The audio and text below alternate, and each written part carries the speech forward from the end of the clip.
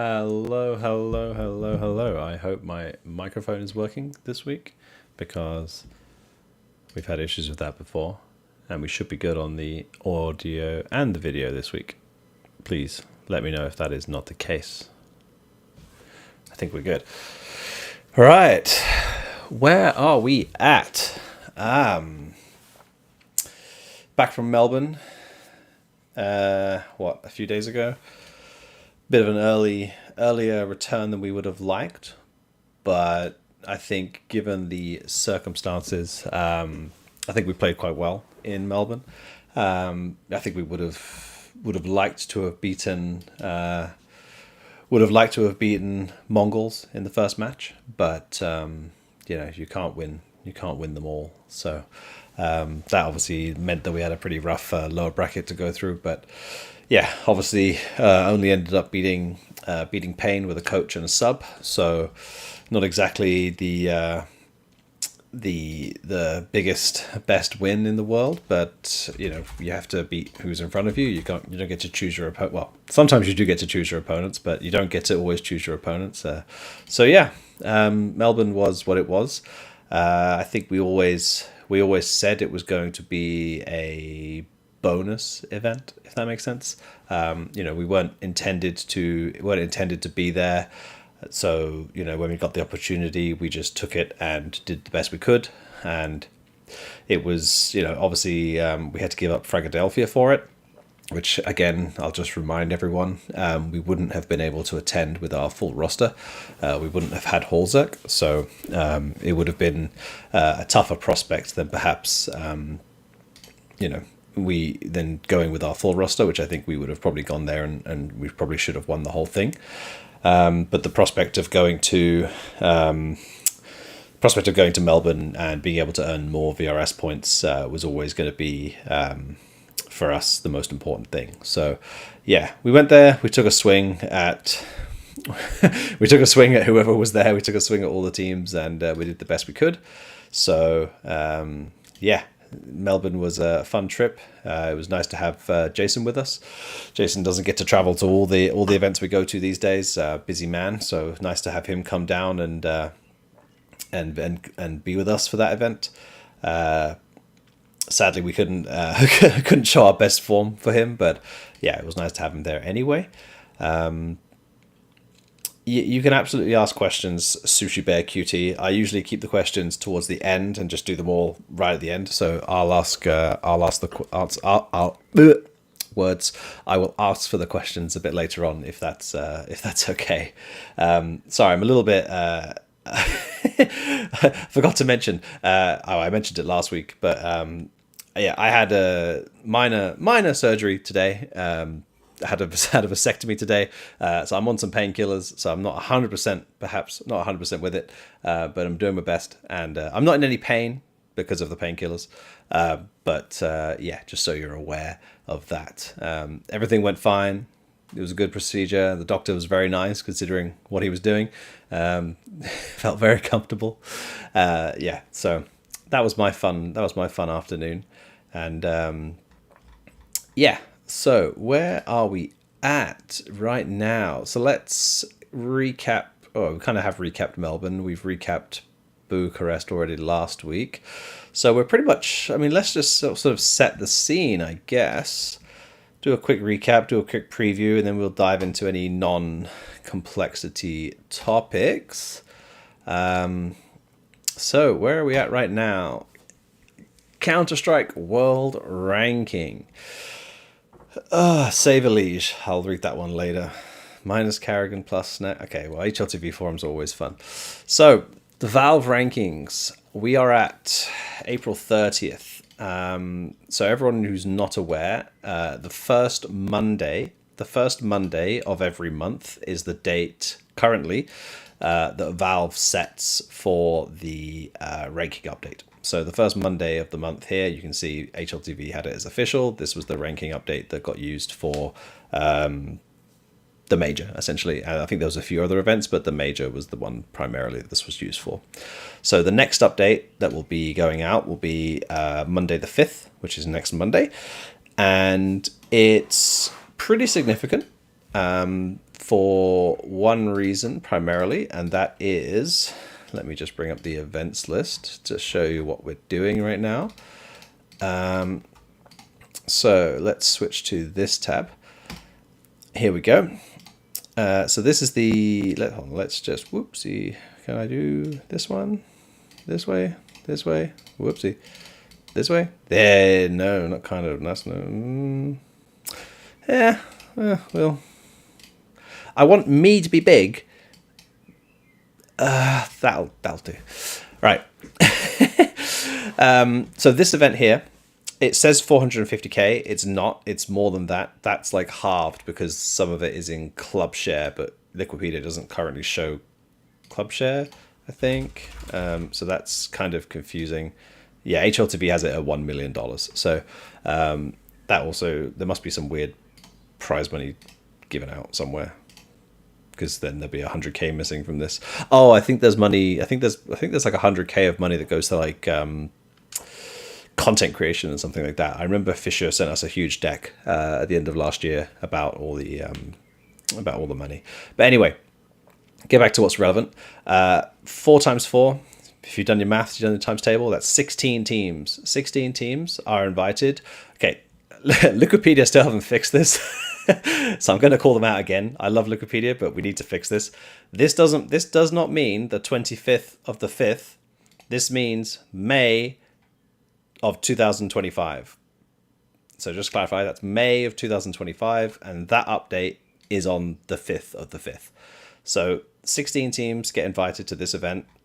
It's the first event after the player break, and it's one of the only events that concludes before the August update. It finishes on the 20th of the 7th, so it concludes on before the August update.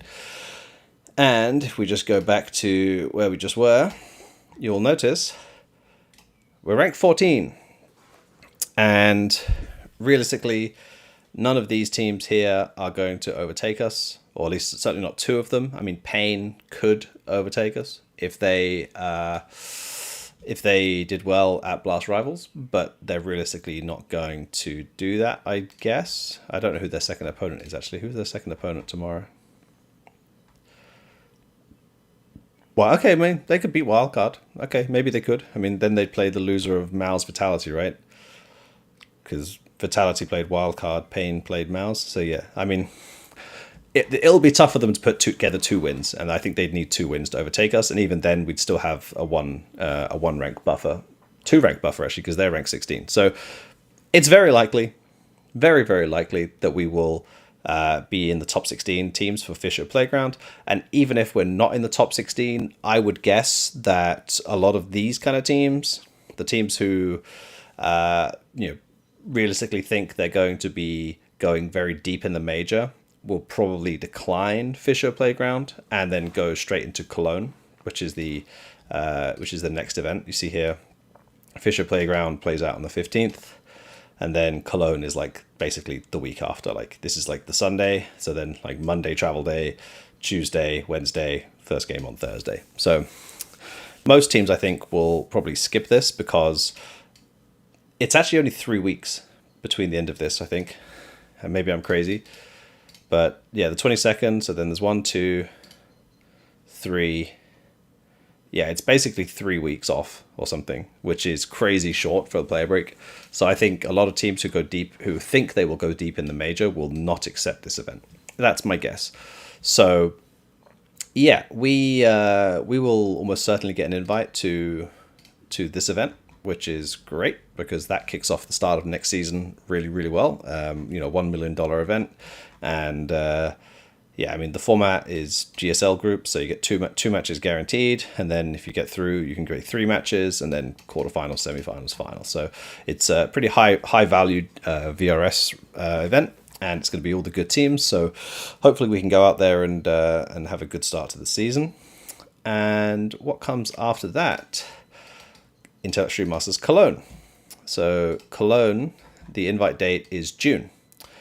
But one thing that's very important to note is that the major itself, because it starts on June 2nd, the major itself is not included at all in the June update. So the only things that are realistically included between now and then is these two big events here. Now, we're not going to either of them. We're not going to either of these events, at least not to my knowledge. We will go to either of them if we get an invite. Obviously, we'd love to go to Dallas primarily, but yeah, we're on standby. If we get an invite and we can go out last minute, we will go. If we don't, we don't. But right now, we're not going to either of those. But what's important to note is that this is top 24 teams.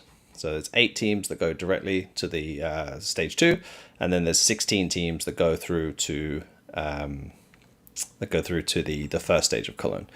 And going back to the ranking, realistically, we are not going to drop outside the top 24 in a month's time with the teams that are attending. Astana and Dallas. Now, it could happen. It could happen. It is entirely possible that it could happen, but it's highly unlikely. So hopefully now we have secured both Cologne, this one, and another event that also does their invites. Oh yeah, they do this weird. Another event that also does their invites. I mean, this is actually the July ranking, so this will take into account the major. This is Blast Bounty.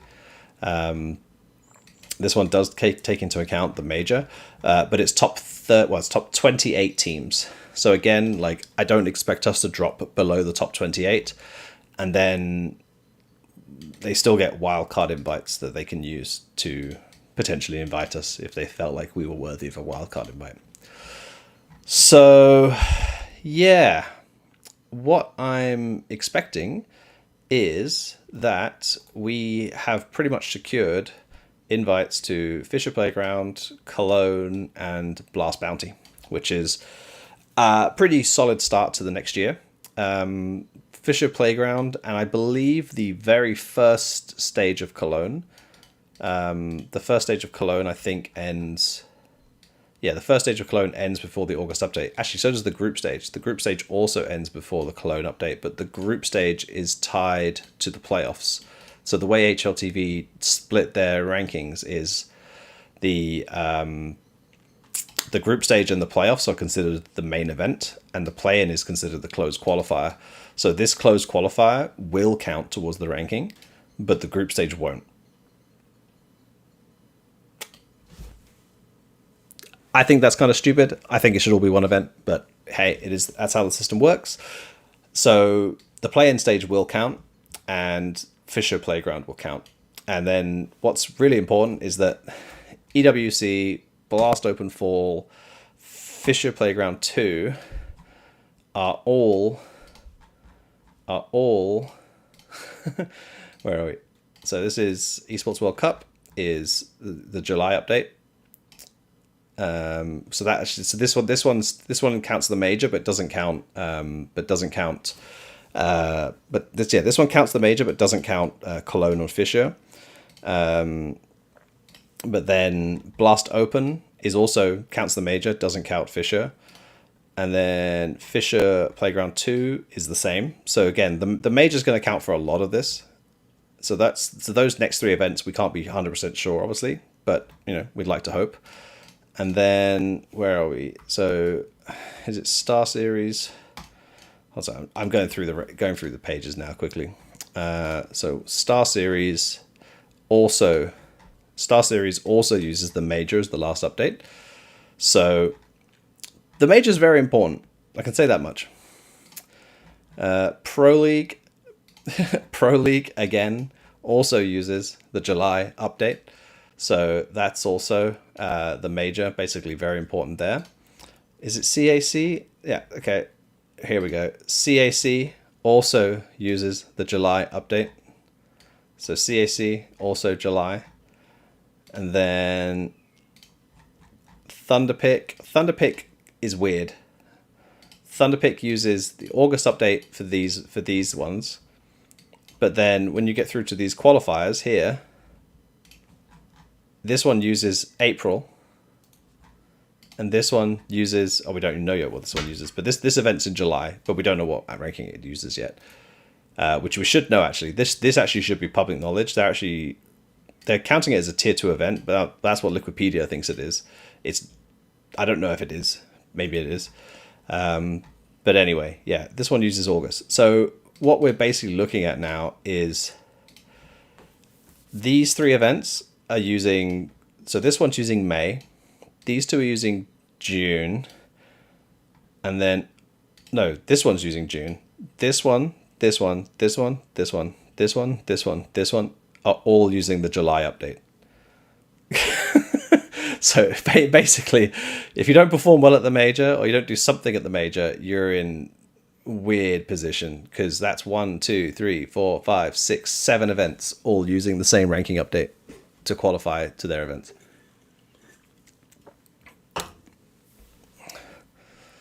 What's PGL Belgrade using? Okay, PGL Belgrade is then using September. So there's only one event, which is Thunderpick, that's using August. This is using September. Chengdu is using August, weirdly. Oh, because it's China, so they want to do visas. So Chengdu and World Championships are using August. This is using September. I mean, this event probably isn't going to happen. Rivals is using October. Yeah, so this is crazy. Like, every single one of these events from October to August is using the July update for the rankings. So yeah, that's pretty significant. So we need to get ourselves up in the rankings pretty quickly. Unfortunately, the only thing we have left now to do that is the major. That's the only event that finishes before the July update. But you know what I do know is that teams will drop out of some of these events, and things will go up and down and move around. And I'm sure that putting ourselves in a good position by winning some of these events will mean that we can take up some slots in some of these events when teams inevitably drop out and realize that they're attending too many events. But yeah, it's going to be an interesting start to next season for sure, with so much decided basically from the end of this season. I'm not quite sure why some of these events are using such an early date. Like, why could this one not use the August update?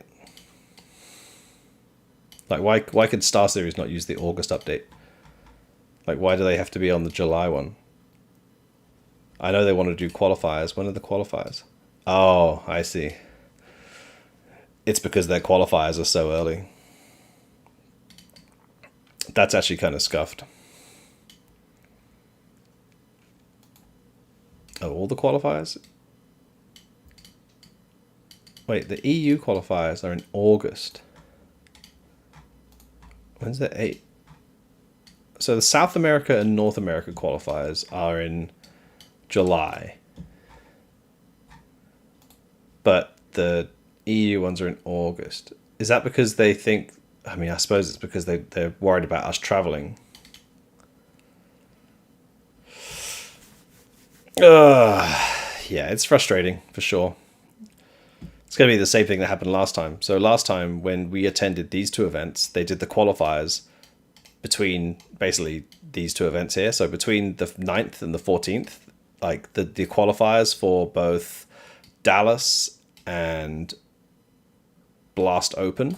So both of these qualifiers were placed here, basically in between these two dates. So if you were attending both events, I think you technically could have played the Dallas qualifier if you were like actually insane and you flew back from Katowice to NA, played the qualifier, and then landed like the day before you played or the day of the media day for Cluj. But the Open, so this started on the 14th, and for Blast Open Spring, the Blast Rising NA literally finished on the 14th. So you wouldn't have arrived in Cluj until the 16th. So it was literally impossible for us and Wildcard to both play this event, which is pretty fucked up if you ask me. But hey, it is what it is. I think there's going to be a very big discussion going on for next year potentially about qualification.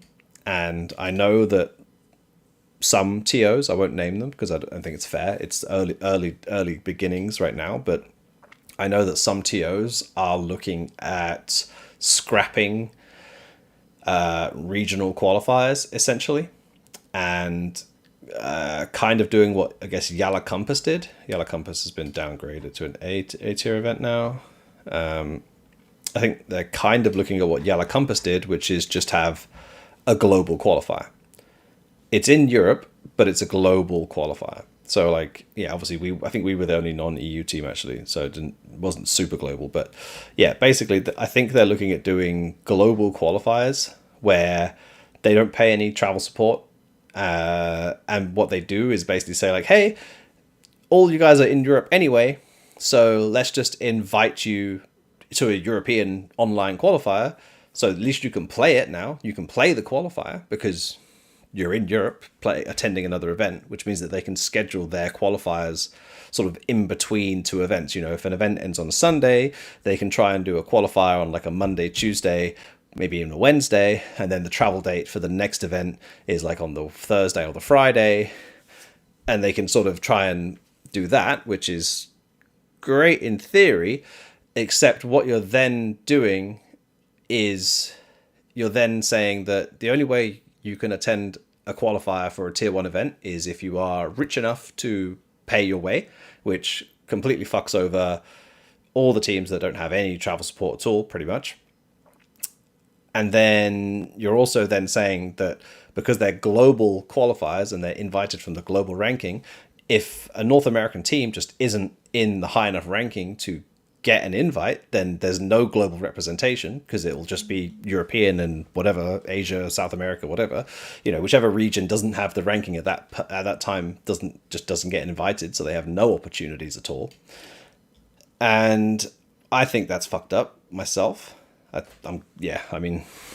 understand the reasoning why they also want to do this, because for the same reason that I've just gone through this list of events, and just, you know, like the Star Ladder one is a great example. Like, I love Star Ladder. I don't know what they're planning, whatever, but you know, having this cutoff be in July just because they want to run the qualifiers in July for an event that's in the late September is annoying. But I think the reason they've done it is because they've tried to put the qualifiers before this event, because they know that once like us, for example, play this event, we'll then play this event. If we then sort of stay in Europe between this and this event, then all of a sudden we can't play the qualifiers because the qualifiers are then too close to their event. So I understand the benefits of doing it, and the TO I spoke to about this, they told me that like at the start of next year, there's like 2 days from like the start of the season in January until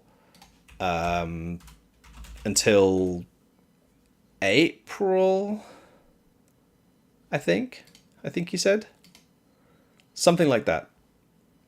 So yeah,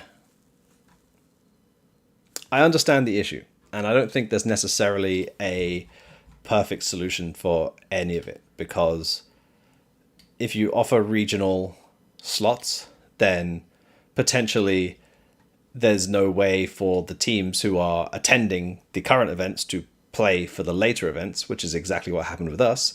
We were attending these 3 events, us and Wildcard were attending these 3 events, which meant that we couldn't qualify for this event and this event.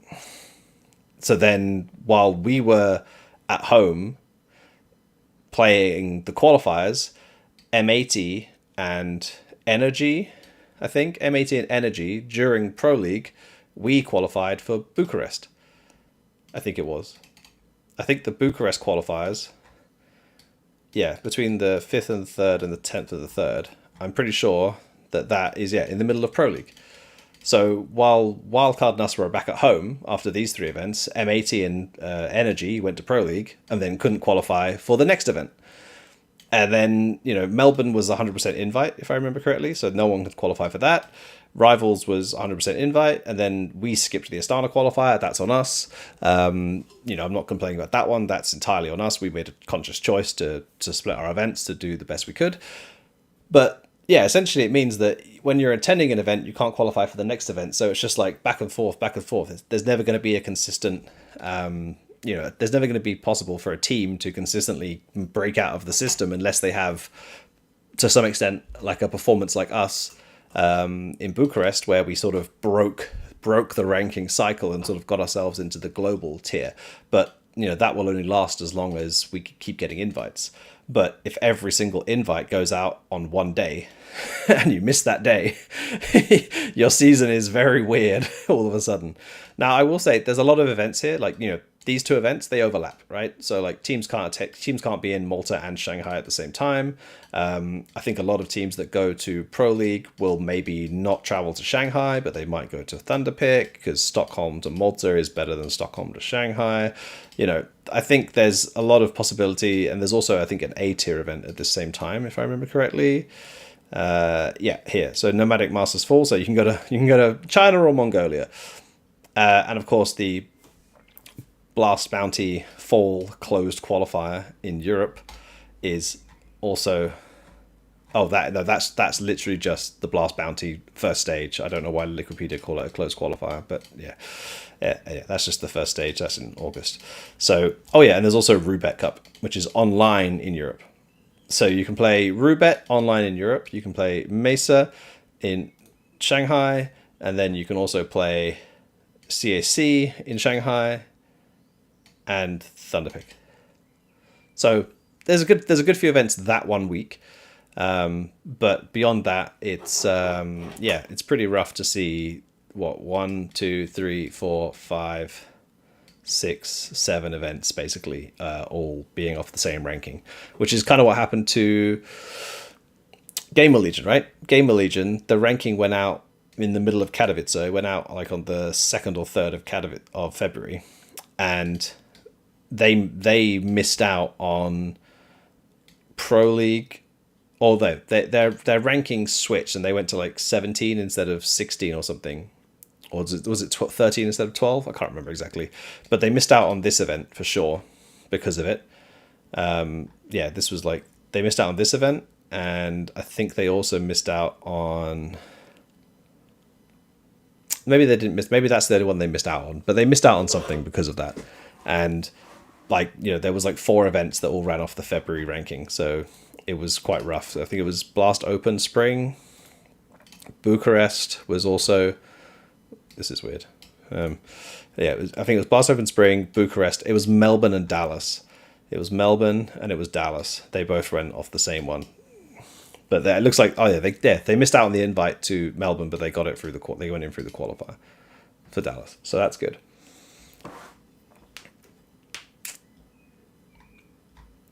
Yeah. So it's going to be interesting to see how this all works out.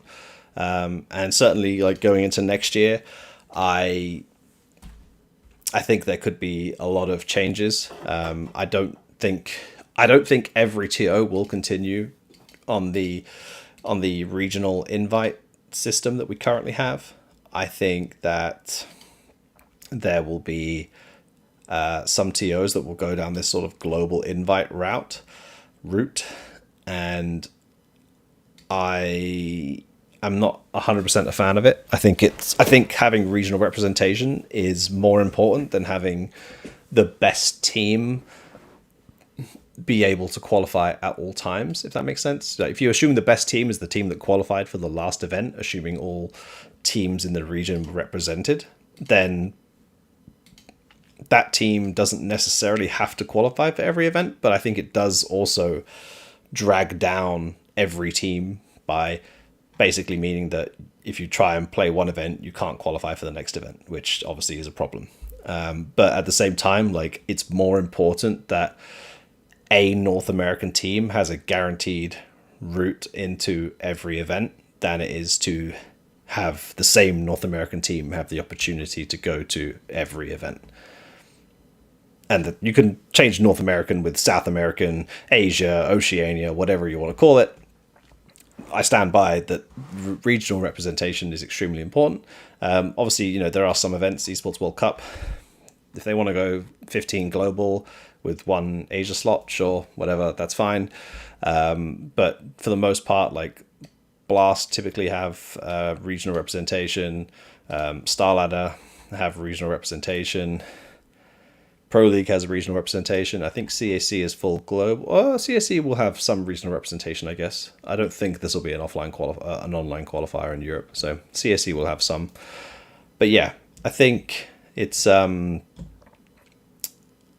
important, and I would not like to see it go, but I can understand the reasons why certain TOs may want to change that. I just hope it's not all of them. I hope there's still some opportunities to qualify from North America. I think it will be a really serious issue if essentially it becomes a pay to play model, a pay to qualify model.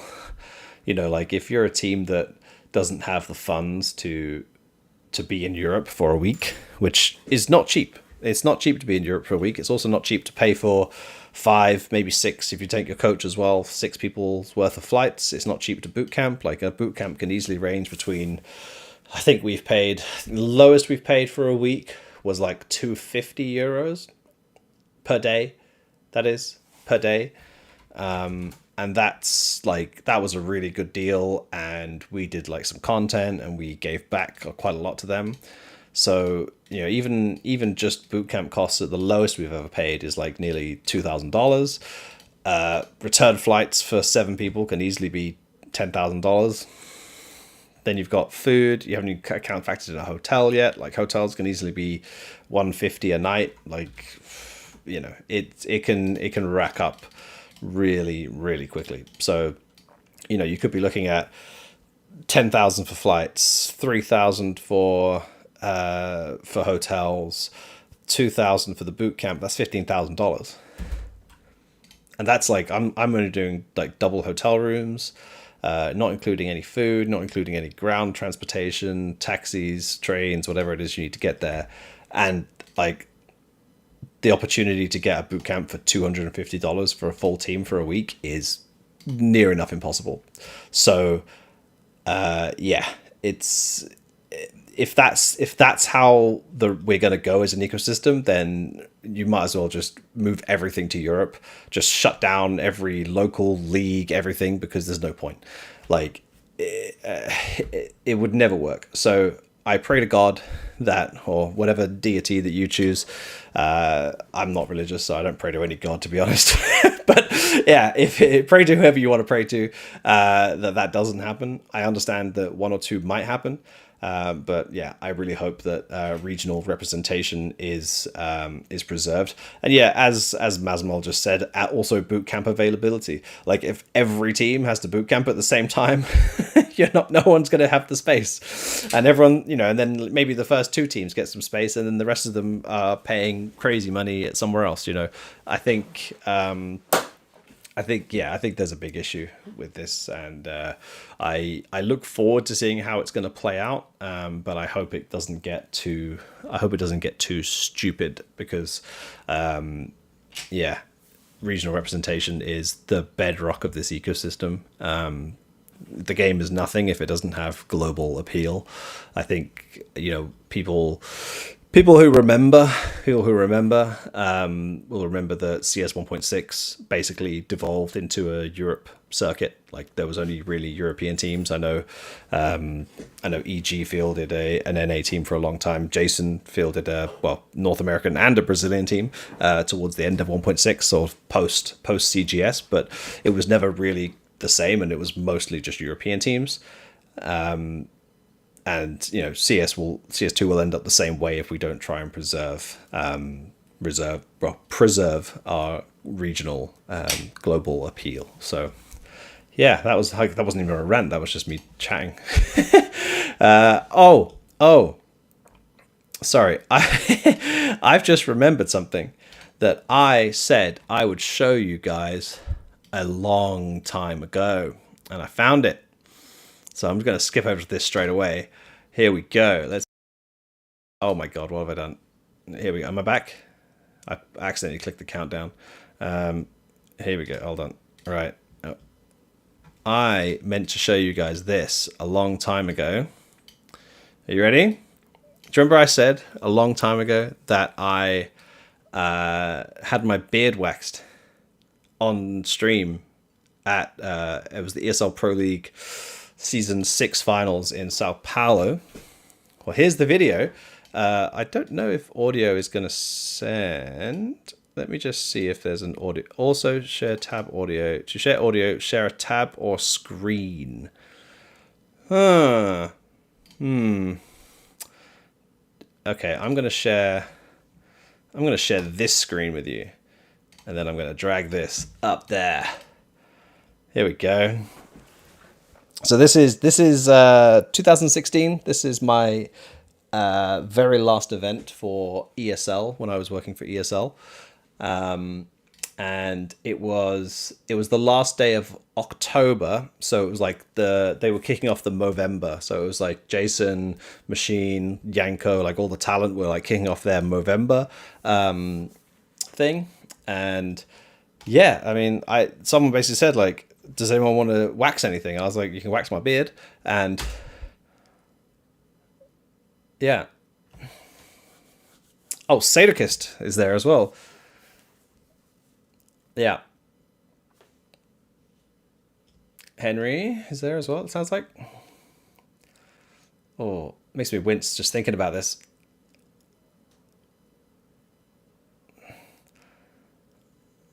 Yeah, that was...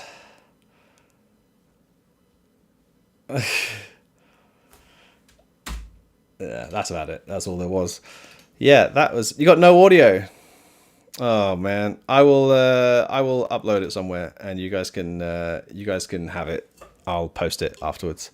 But yeah, I just remembered I saw it. I had it like saved just so I remembered to show it to you guys. But then I think the last like 3 shows I haven't been here. Is it the last 3 shows? No. So we skipped a show due to the MRQ. We did one in Melbourne, we did one in Bucharest, and we did one in Warsaw. So yeah, the last 4 shows I haven't been at this PC, or the last 4 weeks. So I'm pretty sure that actually is from the last show we did that I meant to show that to you guys. So yeah, I'll upload that with audio for you guys when I get a chance. So yeah, I think I pretty much covered. Okay, so there's one more thing that we need to cover for the immediate future. Let's catch up on 2 things, which will be resolved in the next, ideally, day, maybe 2 days. So first things first, update on the coaching situation. I hope that I have stood behind the team for the last time for this period. All fun and games with the fact that my win rate was suspiciously high. I'm not a coach. I've never claimed to be a coach. I'm not coaching the team in any way. We are looking to bring in a full-time coach. However, with the timeline sort of shifting because of... well, obviously, initially we had the Bucharest qualifier, and then everything went very quickly into Bucharest, and then obviously we had the Yellow Compass event before that, and then we came back to the MRQ, and then mid-Bucharest we find out we're then going to Melbourne, and then Melbourne adds like an extra week, and yeah, essentially I got back to work 2 days ago, and the deadline to register a coach for the major is in 1 week, and I am not going to be able to complete a full coach hiring process in 5 days. So we are not going to have our full-time coach in place for the major, but we will be bringing in a temporary coach specifically for the major, or for the period leading up to the major, including the major, and then that'll be the end. And while that's all going on, we're going to continue the hiring process for the coach so that we have a coach in place essentially for July 1st, roughly, give or take, essentially for the second half of the season. So yeah, I'm not going to be coaching anymore, I hope. I'm pretty sure we'll get our temporary coach locked in either tonight or tomorrow. And that person will be in charge of the team for, a month and a half, give or take. Depends how long we stay in the major, but the month of May, essentially. And half to 3/4 of June, hopefully, if we get through to stage 3 or the playoffs. So yeah, that's the current situation on the coach side of things. Still very happy with all the coaches we've interviewed. I think there's a lot of good opportunities that we have, but we need to do the due diligence. We need to make sure we've spoken to everyone. So yeah, it's taking its time, and all the travel, all of a sudden, the addition of the Melbourne trip definitely delayed us a little bit, but we're getting through it, and we will have a coach in place for the major. It will be a temporary coach. That coach is obviously one of the people that we are talking to about the full-time role as well. Assuming we, cross the T's and dot the I's, whatever, that will be the case. So yeah, that's the update on the coaching side of things. And for full transparency on the situation around Holzerk's P1, because I know that we mentioned it, that he obviously couldn't come to Philadelphia with us last week if we had gone. That situation is still up in the air. We expect it will still be up in the air come May 31st, June 1st, which is the day we travel to Austin for the major. There's no way I can guarantee he'll have his P1 visa confirmed in 4 weeks. So we are going to be registering an AWP player in the substitute role for the major. And I don't want to say fully expect, but we have a strong feeling that player will be playing the major for us. So yeah, we will be, again, finalizing that hopefully today or tomorrow. In terms of sort of core elements of the deal, and yeah, we will have that hopefully announced before the start of next week. Just because I don't like being outed by Blast releasing the rosters, so yeah, we will announce all that next week once everything is sort of signed off. But yeah, we will most likely be playing the major with a sub. Unfortunately, it is the way it is. We can't really change that. It's with the relevant forces in America, and yeah, I think everyone knows immigration in America right now is not the smoothest of operations. So yeah, we are we're hoping that we get the visa.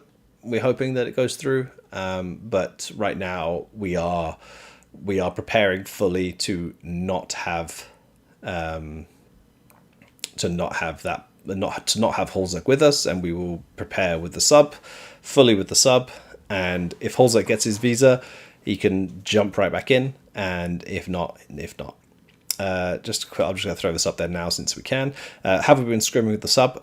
No, we haven't scrimmed since we got back from Australia. We've had a few days off because going from like the days leading up to Yalacampus to Bucharest to MRQ to Melbourne, we've basically been on the road for like 3 weeks straight. We haven't had a day off at all. So we're taking a few days off now, but we will resume scrimming. I believe it was either later this week or it was the first thing next week, depending on if we can actually find scrims for this week. Because unfortunately, and this sounds really silly, because this is not a negative thing, it's just a weird coincidence. Because of the Complexity and Mythic Prize Picks Revival series, all the teams are playing the open qualifiers or are playing the closed qualifiers or playing the main event for that, which means that there's not many teams available to scrim. So our own event is causing us to not be able to get practice, which is a very weird once in God knows how long situation. But there's a very likely chance that this weekend there's not going to be that many teams to scrim with, so we're not going to necessarily like dedicate a whole day to scrimming if we can't find good scrims, but we will still work on some theory stuff and get some work done. I know the guys have been I know they were talking last night that they've been cooking, and JT said he's been coming up with some shit, so I'm looking forward to seeing what the guys come back with when we start up. But yeah, I think it's unlikely that we will be scrimming this week, but we will resume to practice and and go from there. We will not be taking a makeshift flight to EU for Faceit 5 stacks. But yeah, that's the full transparency of the situation we're in right now. We're doing everything we can, but the truth is, with the Department of Homeland Security, which is where his visa is at right now, there is just nothing we can do. It takes as long as it takes. We've been in this position before, back in 2022 when we got his first visa. Everything went through and got approved. It was all there was no problems with it. It was just a case of we have to wait. There's no way of expediting or speeding up the process. It's just a case of they tell you it'll be 6 to 8 months. You wait 6 to 8 months, and I think last time it came in pretty much dead on 8 months. So we did things a bit quicker this time, so we should be like maybe a month ahead of that. So last time he got approved in August, so maybe we'll get it in July if they stick to 8 months. If it comes in 6 months, then it could very possibly come in the start of June, which means it could come mid-major. If it comes in 6 months, it will come in mid-major, which means that he may fly to Oslo, get his passport stamped with the visa, and then fly straight to Austin. But yeah, I think that's unlikely. That would be like the earliest case. But yeah, technically that is a possibility, but I think it's unlikely. So yes, if he gets his visa mid-major and flies out to Austin, he is able to sub back in. But once he subs back in, we can make no more changes. So like they would consider that the sub coming in the first place is the first change, and then the only thing that can happen after that is the original player, which is Holzerk, coming back in for that player. And then after that, we can't make any changes. So obviously we assume you wouldn't have to make any changes at that point, but that's the situation, yeah. So yeah, technically he would be able to play, but I think it's unlikely that they stick to their 6 months. I mean, I guess the only thing that should be noted, there's two things. We were given the guidelines before Trump took office, but after he'd won the election. So I don't know whether they're going to stick to that 6 to 8 months or whether that has now become 12 months, but they told us 6 to 8 months. The last time it took basically dead on exactly 8 months, or the start of the 8th month. It came like 7 months and a day or something. So yeah, we will see. But yeah, that's our situation as it is right now. The rest of this month will be spent practicing for the major, basically. That's all we have currently on the horizon. There is a possibility that we play the Thunderpick qualifier, but it's possible that we won't as well. The main reason being that we don't necessarily see the value in playing it because there still are invites to later events.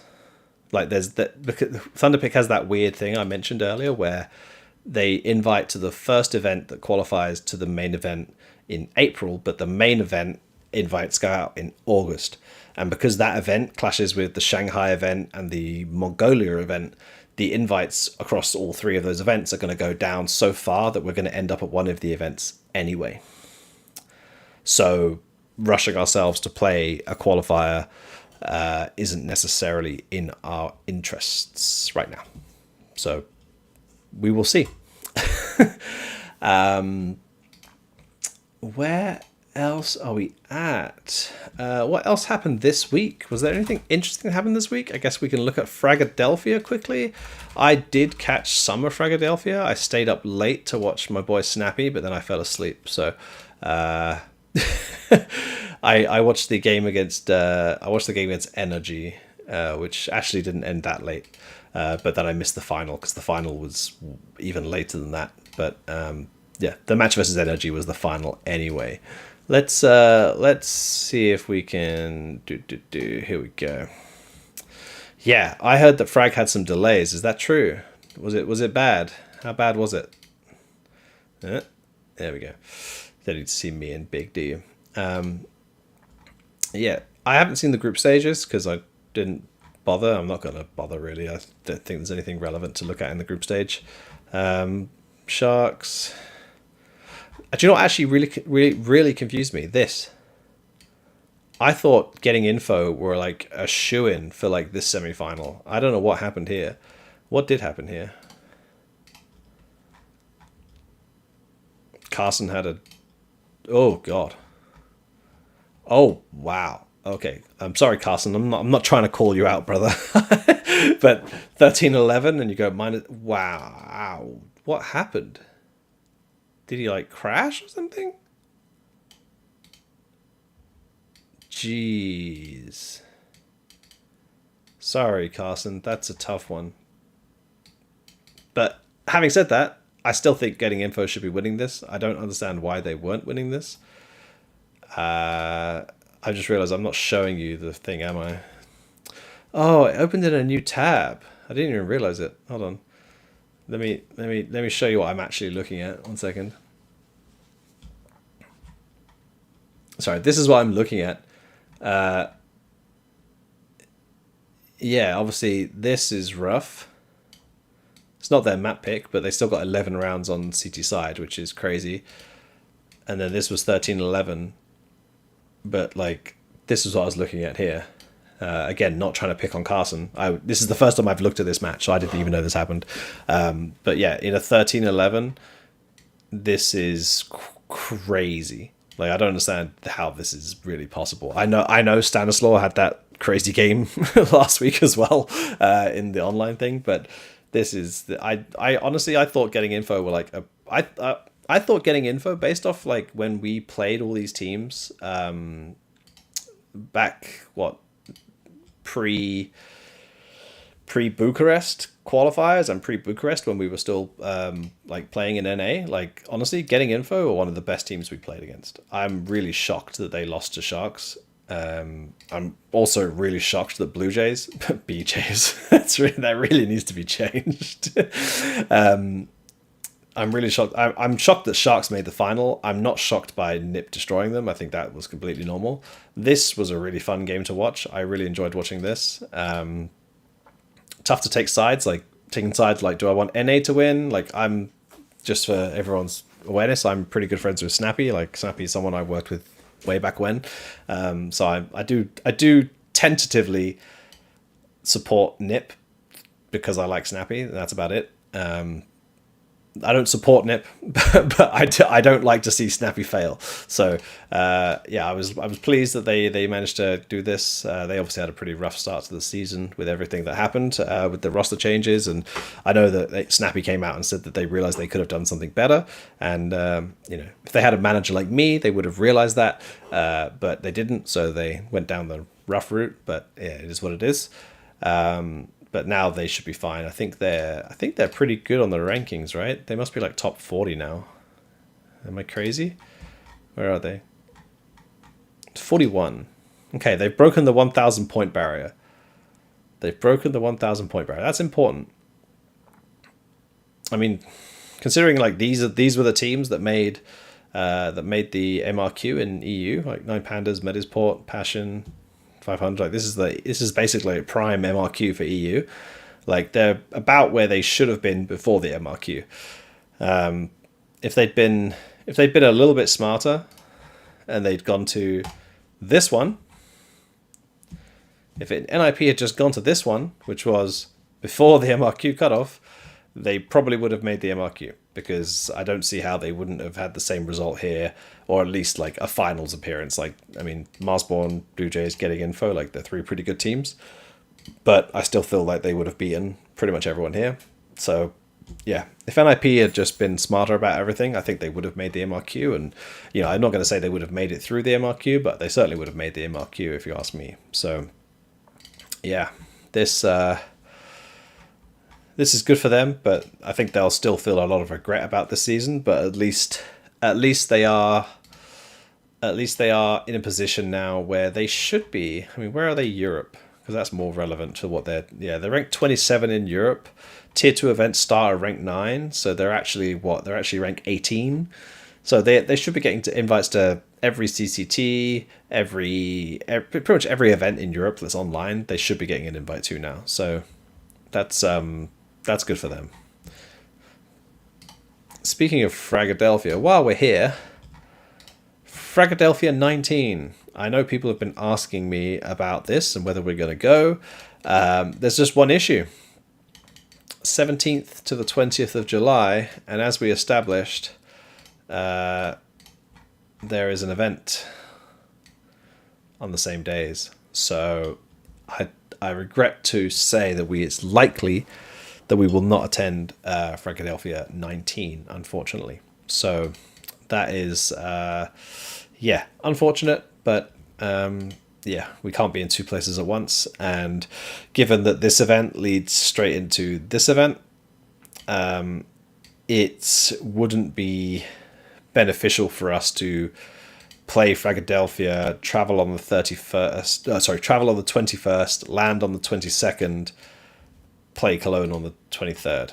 So, in fact, that actually wouldn't even work, because the media day would be the 22nd, the arrival date would be the 21st, and the 21st is the day we'd leave Fragadelphia. So, yeah, we would even be late for Cologne. So, yeah, unfortunately, it's unlikely we will make it to Fragadelphia 19, which I'm really sad about, because we really do want to attend Fragadelphia, but if they're going to keep being on the dates that we keep getting invites to other events, then it's going to be hard for us. So, yeah, just before people keep asking about that, that is the likely position that we will find ourselves in going into that period of events. I don't know, do they have any more events announced, Frag, at the moment? Where are we? No more events announced, right? Just, yeah, okay. But this is the big one, right? This one has like it's like Frag 18 was crazy big, right? It had like double Olymp. Like, this is a VRS dream. This is a VRS dream right here. Look at this. Look how many matches you play. 1, 2, 3, 4, 5 in the upper bracket. If you drop to the lower bracket, and then you get 1, 2, 3, 4, 5, 6, 7 matches if you drop to the lower bracket. Holy crap, if I was a good team and I knew that I could beat all these teams, I would drop to the lower bracket immediately and just farm up the LAN ranking points. This is crazy. Getting this many points in just for winning matches. Oof. This is a tier 2 European team's dream. Just drop down to the lower bracket and just farm your way to the top. I should be saying things like this. I'm gonna harm NA by doing this. Sorry, guys. Can someone kill the clips? Can someone kill all the clips and delete the VOD? I don't think we worried that much about things like that, but. Sorry, I'm just going to quickly check. I didn't see the... Okay, Falcons 1-2-0. Close enough game. Honestly, Falcons with Nico Monazi is just, cheating at this point. Did I hear the G2 comment?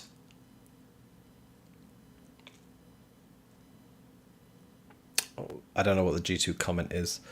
We're about an hour in now, which is what I claim the show is meant to take. It never does take that long. It always takes something slightly more because I'm crazy. So I'm happy to open up to any questions if you have any. I'll just grab this one now since it's here. Would it help NA to play against better competition? Yes, it would. It definitely would help. It depends what the benefit you're trying to gain, right? So if you're trying to gain VRS points for as an NA team to fly up the rankings, then it's better that the European teams are not there. If you're trying to gain experience against the European teams, it's obviously good to have them, 1 or 2. But if you had 3 or 4 European teams in this bracket, it would be potentially a negative effect for NA, because you've got to remember that the European teams that are realistically going to come over to play this kind of event are not going to be the teams that are actually worth that much to beat. So essentially, you're not gaining much benefit by having a better team to beat, because their value that they're providing as an opponent isn't going to be that high because they're not highly ranked. Because the only reason a team who is not highly ranked, the only reason a team that is in Europe would come to this event would be if they're not highly ranked. Now, that's not 100% like accurate, because you can Mischief Finn, he's in the chat, he could probably explain this easier via text, but essentially two teams can be worth the exact same amount of points on the ranking, but one team can be worth a lot more as an opponent than the other team, because of the way the head-to-head point, because of the way the points you get, not from the head-to-head, the ELO adjustment, but because of the way you gain points, certain factors that are built into that calculation, you don't necessarily have to have, like, for example, like LAN wins are not factored into that calculation, but can give you lots of points. So you could be a team that is like crazy juiced up on LAN wins and have the same amount of points as a team that's like got lots of prize money and lots of opponent network, but only the prize money and the opponent network actually count towards when you beat them. So two teams can have the same amount of ranking points, but not be the same value when you beat them. So yeah, most likely the teams that are coming from Europe will probably be low on LAN wins, because that's realistically the reason they'd come to Philadelphia. And then, yeah, so maybe they would be worth slightly more, but also would you rather have more LAN wins, which are basically like a flat increase, or would you rather have higher tier opponents that you can only beat once? I'd say that it would be a net negative for NA VRS if a lot of European teams came, but technically you could do, like, if you're like an Energy or an M80 or a Wildcard where you expect to sort of beat those sort of tier 2, 3 European teams, then it could be a net positive overall.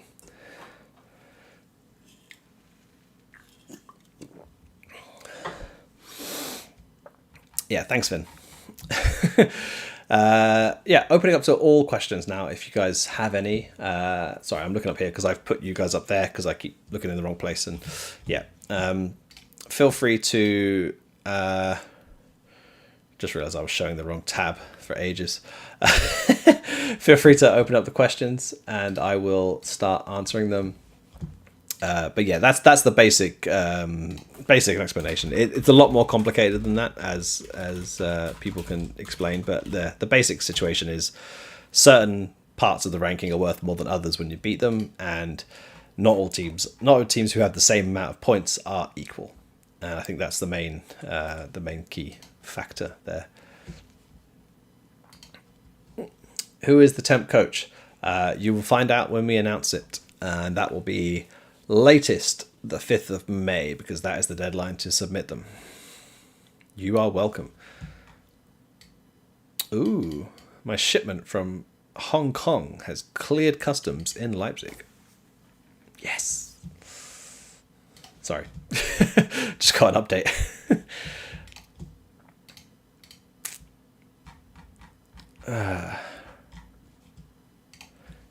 Who will be the sub? Will the sub be practicing with you guys from overseas or linking up with the team? I don't know how much I want to say about that right now until we secure everything. But the player will be playing on low ping when they practice with us. That's what I'll say. So they will not be playing from Europe when they practice with us. There you go. Snow Owens, I can confirm it will not be Dexter. We did vaguely inquire about Dexter. Well, we did inquire about Dexter.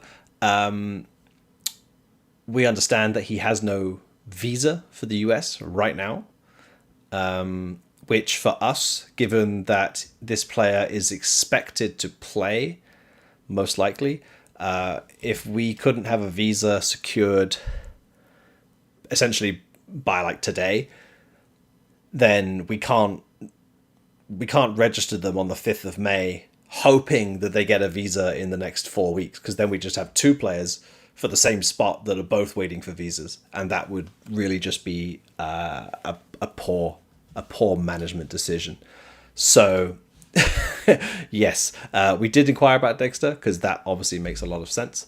But my understanding and what we were told is there's no visa in place, which obviously makes him a non-starter for us, at least. Any opinions, comments on the Ash player scouting video? I have seen it. I skipped through a bit of it, so I need to go back and watch it properly. But I thought it was pretty much bang on point.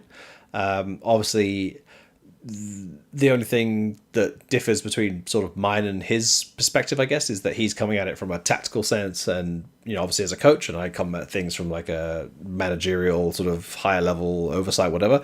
But yeah, what he's got is pretty much bang on. I think Ash is a really smart guy. I really respect him a lot for what he's done over the past like 4 or 5 years at Gamer Legion, and I think that if he's willing to tell you all the things that he does to find these players, then that's great. All the more for everyone else, right? So, yeah. What is the goal for the major? I would say that it's hard to put a distinctive goal on the major when we're obviously going in with the sub. The sub will be reasonably well practiced, so at least we're not going in completely blind. It's not like we're just doing something at the very last minute, but we're not going to be at full strength. I don't think we're going to be better than we usually are, because if you were bringing in a sub, that means you're going to be better than you usually are. You'd logically not, you'd make the roster change, right? So, we have to assume that we're not going to be as good as we usually are. But, something that is a weird phenomenon in Counter-Strike in general is that a team with a sub somehow just seems to be better than the sum of their parts. I don't know if it's because of the lack of pressure or because people just relax a little bit, which I guess is the pressure.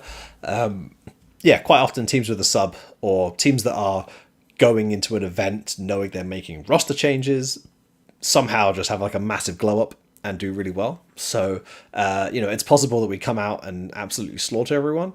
It's also possible that we play very similar to how we normally do.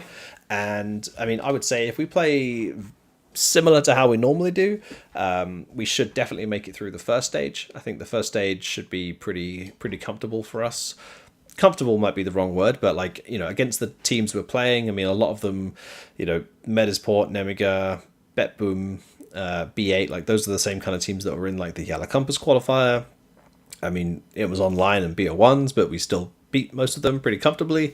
I'd like to think that we have the leg up on our domestic rivals. So I'd like to think we can beat both Wildcard and Energy. I think we can beat Imperial, Fluxo, and Bestia, and that's more than the amount of teams we need to beat. Obviously, there's also 4 Asian teams in there as well, and there's OG and Heroic. I think OG and Heroic are probably the best 2 teams in Stage 1 outside of us. But I think there's a lot of teams who are very close, but I'd like to think we can beat pretty much all of them on our day, even with a sub. So I expect to make it through Stage 1. Stage 2 gets a lot more tricky. Then you start introducing Falcons, FaZe, Virtus Pro, 3D Max as well, if you remember 3D Max. And those four teams are a pretty significant step above the rest of the teams. So Stage 2 will get interesting. I still think that we can play against Pain. God knows what Furia. I don't know what shape Furia are going to be in when we get to them. If we get to Stage 2, obviously they've made some pretty wild roster changes. So Furia, I don't know. That's a coin flip at this point. I don't know what we're going to see from them, but I assume they're doing something that they believe in. So hopefully they'll do all right. I like the Furia guys, but they're doing some crazy stuff.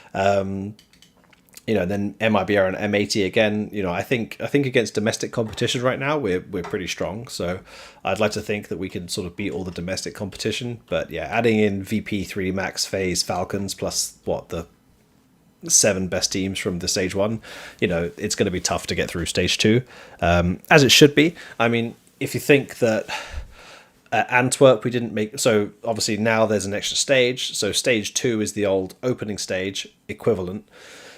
We didn't make it through the Antwerp stage 1, we didn't qualify for Rio, we didn't make it through Paris stage 1, we played in the legend stage at Copenhagen because we got the direct slot, so we played stage 2 and went 2-0 and then ended up going 2-3, so we missed out on playoffs by 1 game, or like 2 rounds against Vitality, don't remind me.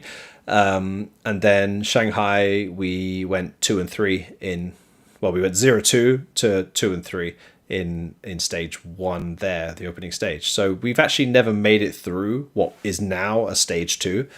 So stage 2 is going to be tough because that's where we've been struggling at before. So, I like to think that our realistic aims is to get through stage 1 and give it everything we've got. And try and make it through stage 2, which would technically be a first for us. If we do that with a sub, I think we have to be very happy with where we've gotten to. But it's, it's very hard to set realistic goals and aspirations when you're coming in with roster instability and things like that. So, yeah, I think primary goal is to get through to stage 1, sort of show that we're a level above the teams that are in that stage despite having a sub, and then give it as best we can to stage 2. And if we get anything more than that, I think it's a bonus. Obviously, goals, the goal is to win the whole thing, right? The goal is to make it into the playoffs and play in front of the live audience, home major, all those things. But we also have to have realistic aspirations as well. So yeah, I like to try and under promise and then over deliver. So, I say like, we'll do this and then we do this and everyone thinks I'm a genius and we've done a great job. So that's my hope. What will happen if Holzek's visa is finished during the major? I covered this a bit earlier already. If he gets his visa during the major, or if they tell him his visa's ready to go, he will fly to Oslo, to the embassy in Norway. Then he will get his visa done in his passport, and then he will fly straight to Austin, and he will start playing at whatever point that is. Yep. When you say stage 2, are you referring to upper bracket game 2? No, what I'll do is I'll share my screen and we'll just have a quick overview of the major. So, last Austin Major 2025. This is the first major that features 32 teams instead of 24 teams. So if we just remind ourselves, we'll go back to Shanghai for a second. So this is Shanghai. This is how the major's been run for, since Katowice? No, since Boston 2018, I think. Hold on. I think Boston 2018 was the first one that had this. Yeah, so Boston 2018 had the opening stage, which was the Swiss 16, and then it had the second stage, which was the Swiss 16, and then it had playoffs. So ever since the Boston Major, which Cloud9 famously won, coming back against FaZe Clan on Inferno, to bring North America their only major so far, the majors have been in this same format, essentially, which is, the first stage is Swiss, so there's 16 teams that used to play in the first stage, and then the top 8 of those teams would join the invited teams, or the higher stage invited teams, the legends as they've been named for a while, in stage 2. Then the top 8 from there would go to the playoffs. How that changes now is there is now stage 3 invites, so these are essentially the legends invites from before. There is now stage 2 invites, which are, I suppose, the challenger stage from before. And then now there are qualifiers for the remaining 16 slots. So they've added 8 more slots, and the bottom half of the previous major teams and the qualifier, they're all in one capsule now, whatever, they're all in one place. And now there are 1, 2, 3 Swiss stages. So they've added 8 teams, added an extra Swiss stage. So when I say stage 1, I mean, so these are the stage 1 teams. These are the stage 1 teams.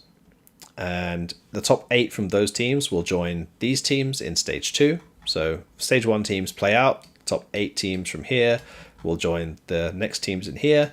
the top 8 teams from this will join stage 3 teams, and then the top 8 from there will play the playoffs. So that's what I mean by stage 2.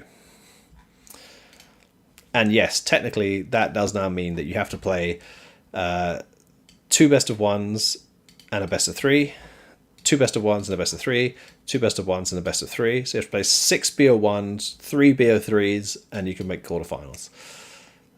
You could technically have to play 3 best of 1s, 2 best of 3s, 3 best of 1s, 2 best of 3s, 3 best of 1s, 2 best of 3s. That's assuming you go 1-1, 1-2, 2-2, 2-3-2. Then you play 9 best of 1s, 6 best of 3s to get to the quarterfinals, which is crazy. Like, if you ask me, they should have done 32 team Swiss. You could do it in basically the same amount of time, and you could play full best of 3. The whole thing. So, that's what I would do. But it's not on me. So, where am I? Let's unshare that. Here we go.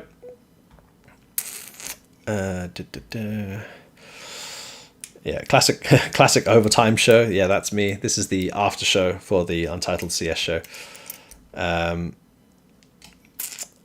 Joined late, but did I catch that correctly? Holzek will miss the start of the major.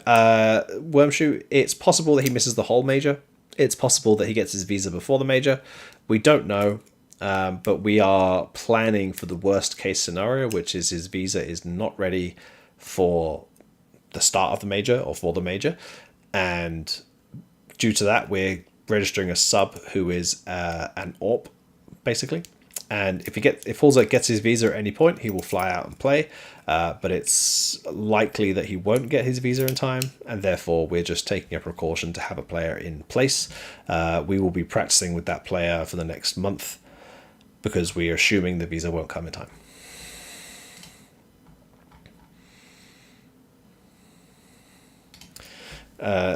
Vipor, so just to clarify, he's applied for 2 visas so far. His first visa got approved, no problem. It just took a long time. His second visa now is most likely going to get approved, no problem, but it's just taking time. I don't know if you've heard about all the issues with US immigration and deportations and everything, but the US immigration is quite busy right now. So yeah, we're just waiting. It should be clarified that he's applying for a athlete P1 visa, which is a significantly more in-depth visa type than, for example, like a B1 visa that most players apply for if they're not from an ESTA enabled country. And to be completely honest, players and coaches traveling in on ESTAs and B1s is a pretty significant gray area. It's likely not the correct way to do it. And it's, potentially a lot of these players could get in a lot of trouble, I think, if they were to get caught, so to speak. I think it's been somewhat accepted that is the way it happens, but certainly for a US company like we are, we have to do things the right way, and we have to make sure that the players have the correct visas in place. So Holzek needs a P1. He can't just come in on an ESTA or a B1 and compete in the US. That's not going to work. So he's getting a P1. As I said, I think a lot of the teams who are traveling in on ESTAs and B1 visas, which are business visas, they're there for like attending a conference or a business meeting or a negotiation, are likely not doing it the correct way, but it is just the way it's been done and nothing has changed about that. And if every player had to get a P1 visa to play like IEM Dallas or something like that, then basically the event wouldn't happen. So yeah, it is what it is.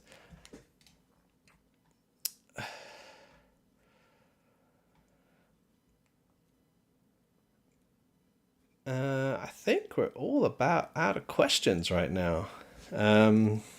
Unless we see anything else, I'm going to try and draw it to a close because I always overshoot this.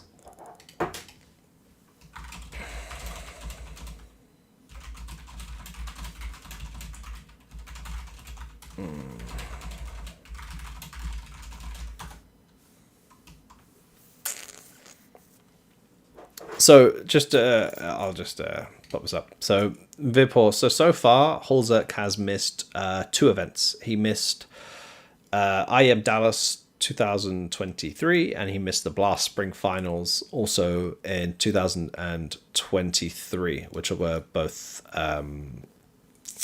both around about the same time 2 years ago. He then got his visa for the remainder of 2023 and the start of 2024, where he attended ESL Challenger Atlanta, and he went to IM Dallas 2024, which is where we signed the new contract for the next year. His new contract has some provisions in it that hopefully should have allowed us to get a long visa, let's say a long visa, which hopefully should resolve the issue for the next 3 to 4 years. And yeah, then we should be fine. But yeah, when we first signed him the first time back in 2022, we didn't expect to have so many issues. So we only signed a normal length contract, a 2-year contract, is what I would say. But yeah, hopefully we've put the provisions in now to have his visa long term for the next contract or for the current contract. And yeah, we just need to get it approved, and it takes 6 to 8 months after the point where all his application is like processed and he goes to his interview and things like that. And yeah, once that happens, hopefully he'll be good for the next 3-4 something years. But yeah, it's just a bit of an unfortunate timing that they happen to do the first NA major in 7 years, the one time his visa's expired. Like, yes, he would also miss Dallas, and he can't attend Philadelphia. So it's like, it's not just the major that's obviously causing the issue, but it's obviously the more significant problem that we're facing. But once we have it resolved, hopefully in the next 3 or 4 months, it should be fixed for the next 3 to 4 years. So we shouldn't be experiencing this in the future. But yeah, it's obviously an unfortunate timing in terms of the major being in NA the first time in 7 years, the one time his visa expires. So there you go. I'm not going to answer what are tonight's winning lotto numbers. What switches do I have? I honestly could not tell you. Whatever Glorious put in their keyboards is what switches I have. What switches do Glorious put in their keyboards? I usually go for tactile, which I guess would be the equivalent of Cherry MX Browns. So whatever they put in their Cherry MX Brown keyboard, or the equivalent of that switch, is the one I have in my keyboard. Let's see if I can. I'm going through their keyboard configurator now, which by the way is really fun. I basically try and make the heaviest wireless keyboard possible and go for that. Let's have a look. It does make it quite expensive though, I will say that. Switches. So I believe that the only tactile, okay, so there's 2 types of tactile keys. Panda Standard and Panda Silent. I'm going to guess I've got the standard ones based on the fact that I don't know, one of the tactile switches from Glorious.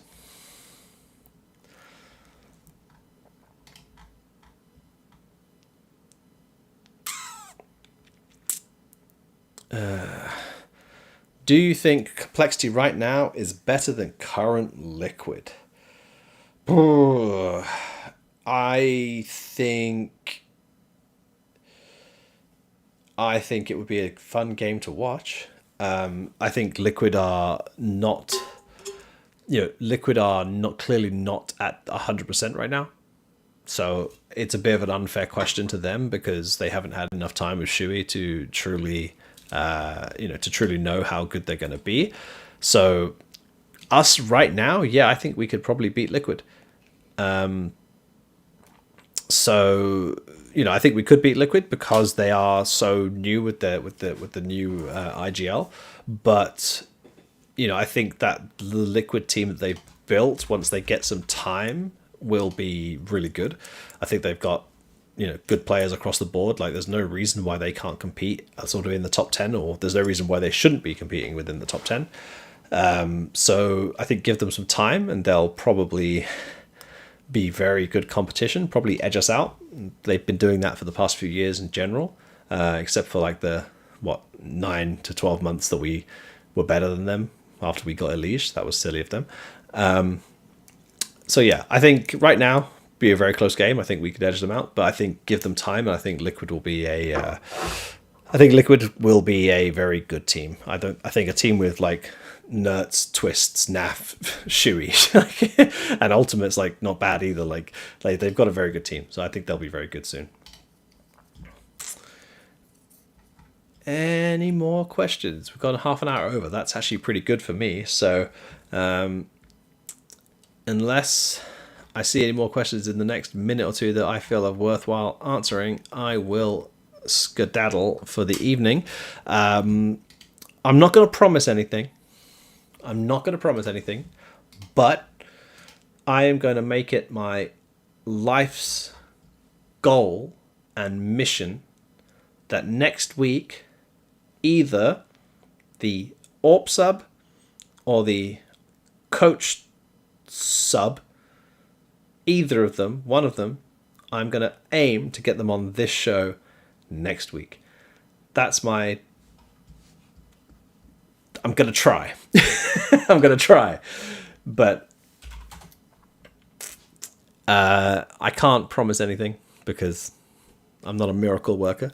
But I'd like to think that I can swing that for myself. I might put it in the contract just so they have to do it.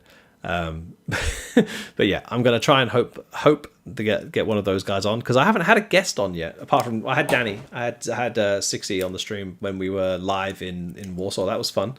That made it very enjoyable. So yeah, gonna try and get one of those two guys on the show next week, just because I think it'll be interesting to sort of hear their perspective, and obviously their experiences coming into a squad on a temporary basis. It's going to be a bit rough for everyone involved in some ways, but hopefully an enjoyable experience for everyone. So yeah, I guess we'll have lots of updates next week with 2 new additions to the roster, I guess you could say. That's the nicest way I can put what's happening. Obviously none of this is ideal. We would love to have a head coach permanently in place already. We would love to not have visa issues. But these things happen. We have to do the best we can with the cards we're dealt and adapt as best we can, which I'm very sure we are doing. And I think that we are setting ourselves up to give ourselves the best shot at playing the major, which is basically the only goal we have left in the immediate short term.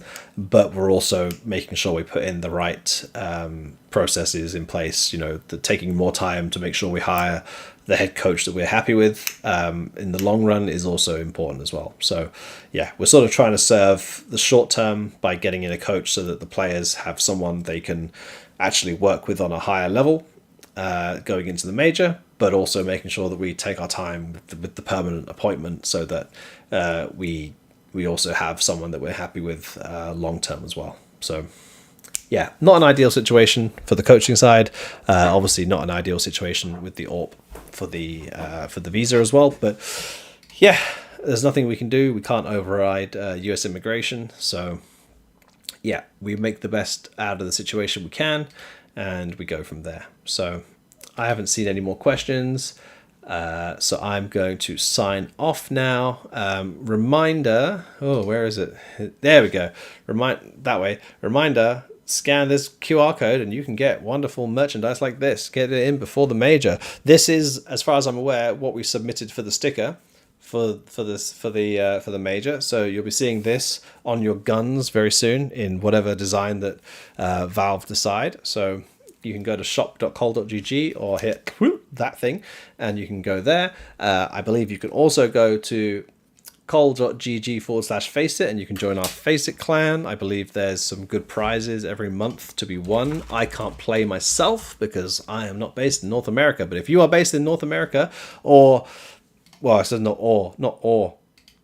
the Caribbean, but if you're based in North America and the Caribbean, because I believe we opened up to the Caribbean as well, then you can go and play the Faceit clan complexity, queue up there with your friends, and you can win some pretty cool prizes there on the leaderboards.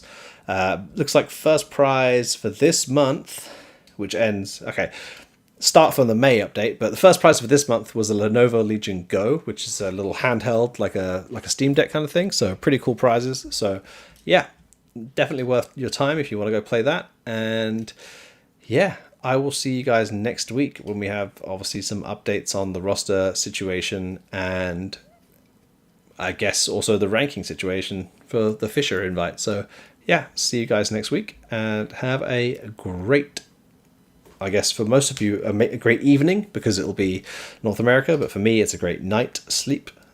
See you guys next week. Thank you very much.